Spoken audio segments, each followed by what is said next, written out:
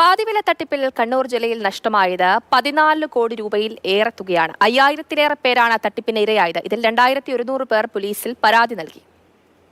കണ്ണൂർ ജില്ലയിൽ 10,000-ൽ മേലെ ഉണ്ടാവും. ഇപ്പം നമുക്ക് ഈ ഒരു പ്രശ്നം വന്നേരം കുറേ ആൾക്കാരുടെ മെമ്പർഷിപ്പ് തിരിച്ചു കൊടുക്കേണ്ട ഇതെല്ലാം വരുന്നത്. ജില്ലയിൽ 52ഓളം പ്രൊമോട്ടർമാരും 55ഓളം കോർഡിനേറ്റർമാരും 250ഓളം പ്രൊമോട്ടർമാരും ഇതിൽ വരുന്നുണ്ട്.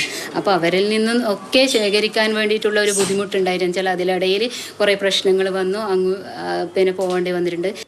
അവർക്ക് തിരിച്ചു കൊടുക്കാനുള്ള ഏത് വിധേനയും തിരിച്ചു കൊടുക്കാനുള്ള നിയമ സംവിധാനം ഇടപെട്ടിട്ടുണ്ട്. എല്ലാ ജനങ്ങളും കേസും പിന്നെ അതുമായിട്ട് മുന്നോട്ട് പോകുന്നുണ്ട്.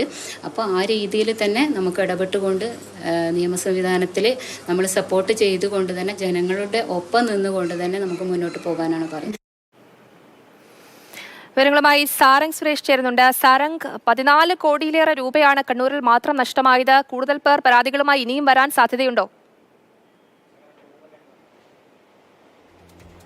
ജയലക്ഷ്മി, നിലവിൽ ഇപ്പോൾ കണ്ണൂരിൽ മാത്രം ഒരു ഏകദേശ കണക്ക് പോലീസിന്റെ ഭാഗത്തു നിന്ന് ലഭിക്കുന്നത് 5000-ഓളം പേർ ഈ പാതിവില തട്ടിപ്പിൽ പെട്ടുപോയി എന്നുള്ള ഒരു കാര്യമാണ്. അതിലിപ്പോൾ 2200ഓളം പേരാണ് കണ്ണൂരിലെ വിവിധ പോലീസ് സ്റ്റേഷനുകളിലായി ഇപ്പോൾ പരാതി നൽകിയിരിക്കുന്നത്. അതിൽ പ്രധാനമായും ഈ തട്ടിപ്പിന് ആളുകൾ ഇരയാക്കിയത് അല്ലെങ്കിൽ ഈ ഒരു തട്ടിപ്പ് സംഘം ജനങ്ങളെ പെടുത്തിയത് സീഡ് സൊസൈറ്റി എന്ന ഒരു സംവിധാനത്തെ ഉപയോഗിച്ചുകൊണ്ടാണ്. ഇപ്പോൾ അതിൻ്റെ ഒരു ഭാരവാഹിയുടെ ഒരു ബൈറ്റാണ് നമ്മളിപ്പോൾ കേട്ടത്. കാരണം അവർ പോലും പറയുന്നത് തങ്ങൾക്ക് പോലും വലിയ ഒരു വിശ്വാസ്യത ജനങ്ങൾക്കിടയിൽ നിന്ന് നഷ്ടപ്പെട്ടു പോകുന്ന ഒരു സാഹചര്യം ഉണ്ടാകുന്നു, വലിയ കടബാധ്യത ഉണ്ടാകുന്നു. കാരണം 15 കോടിയോളം രൂപ അവരെ മാത്രം ഉപയോഗിച്ചുകൊണ്ടാണ് ഈ തട്ടിപ്പ് സംഘം കണ്ണൂരിൽ നിന്ന് തട്ടിയെടുക്കുന്നത്. അതിൽ 12 കോടി രൂപ സ്കൂട്ടറിന് മാത്രമായി നൽകിയെന്നത് തന്നെയാണ് ഏറ്റവും പ്രധാനപ്പെട്ട ഒരു കാര്യം. മാത്രമല്ല, അവർ ഏതെല്ലാം തരത്തിൽ തട്ടിപ്പ് നടത്താൻ സാധിക്കുമോ, അതിന് എങ്ങനെയൊക്കെയല്ലേ എല്ലാം ഒരു പ്രതിച്ഛായ സൃഷ്ടിച്ചെടുക്കാൻ പറ്റുമോ, അല്ലെങ്കിൽ വിശ്വാസ്യത ഉണ്ടാക്കിയെടുക്കാൻ സാധിക്കുമോ, അതിലെല്ലാം തക്കതായ വിധത്തിലുള്ള രീതികളെല്ലാം തന്നെ ഉപയോഗിച്ചു എന്ന് തന്നെയാണ് പ്രധാനപ്പെട്ട ഒരു കാര്യം. കാരണം സ്കൂട്ടറും അല്ലെങ്കിൽ